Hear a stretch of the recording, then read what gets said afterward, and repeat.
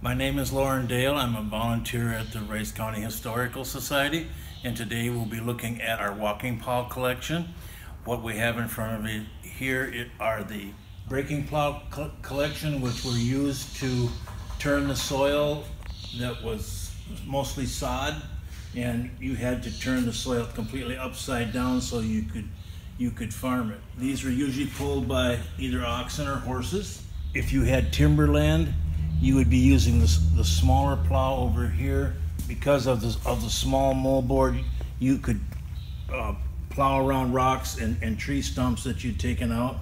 This was also used for gardeners and someone that had only one horse to use. The plow over there and the one behind us here are general purpose plows, and they were used after you basically establish a field and were able to turn stubble and corn stalks and that type of thing under.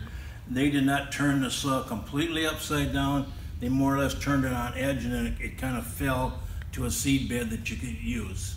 A farmer could possibly have as many as 2 plows.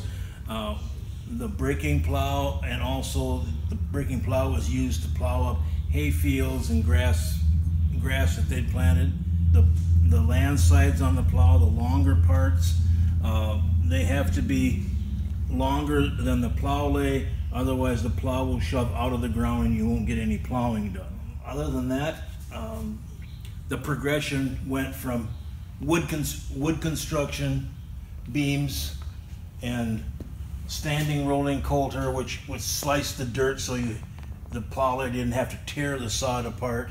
This in here we don't have it, but it would be a rolling coulter like a modern plow would go in there, and it would slice the sod. These other plows would sometimes have a rolling coulter on them for that very same purpose, to cut the corn stalks or the stubble grain to get it buried so it would decompose for the next year's crop. The plow lays would be taken to a blacksmith shop to be resharpened.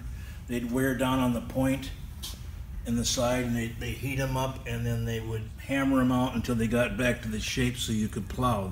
The point of the plow had to be pointed down, so when you started to pull, it would pull into the ground. The gauge wheels would help hold a depth. You could change the depth, especially you can see on the far one where you have the irons, where you adjust that wheel as to how deep you wanted to plow your field.